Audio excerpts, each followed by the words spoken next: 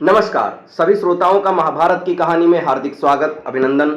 आज के इस वीडियो में आप सभी के समस्त प्रस्तुत है अर्जुन को उर्वशी का श्राप। बढ़ते हैं कहानी की तरफ। अर्जुन को उर्वशी का श्राप। अर्जुन के पास से अपने लोक को वापस जाते समय देवराज इंद्र ने कहा, हे अर्जुन, अभी तुम्हें देवताओं के अनेक कार्य संपन्न करने हैं, अतः तुमको लेने के लिए मेरा सारथी आएगा। इसलिए अर्जुन उसी वन में रहकर प्रतीक्षा करने लगे।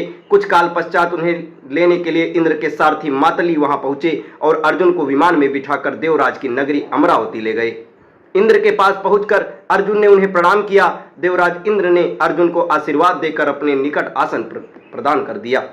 अमरावती में रहकर अर्जुन ने देवताओं से प्राप्त हुए दिव्य और अलौकिक अस्त्रों शस्त्रों की प्रयोग विधि सीखा और उन अस्त्र शस्त्रों को चलाने का अभ्यास करके उन पर महाभारत प्राप्त कर लिया था।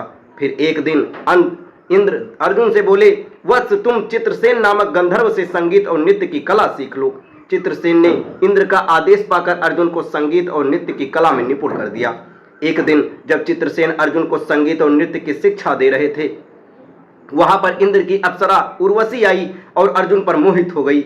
अवसर पाकर उर्वशी ने अर्जुन से कहा, हे अर्जुन, आपको देखकर मेरी प्रणय जागृत हो गई है, अतः आप कृपया मेरे साथ विहार करके मेरी प्रणय को शांत करें। उर्वशी के वचन सुनकर अर्जुन बोले, हे देवी, हमारे पूर्वज ने आपसे विवाह करके हमारे वंश का गौरव बढ़ाया था, अतः पूर्ववंश की जननी होने के नाते आप हमारी माता के तुल्य हैं। देवी, मैं आपको प्रणाम करता हूं। अर्जुन की बातों से उर्वशी के मन में बड़ा क्षोभ उत्पन्न हुआ और उसने अर्जुन से कहा, तुमने नपुंसकों जैसे जीवन कहे हैं, अतः मैं अर्जुन से कहा कि तुम नपुंसक हो जाओगे। मैं तुम्हें शाप देती हूं, तुम 1 वर्ष तक पुंसत्वहीन रहोगे।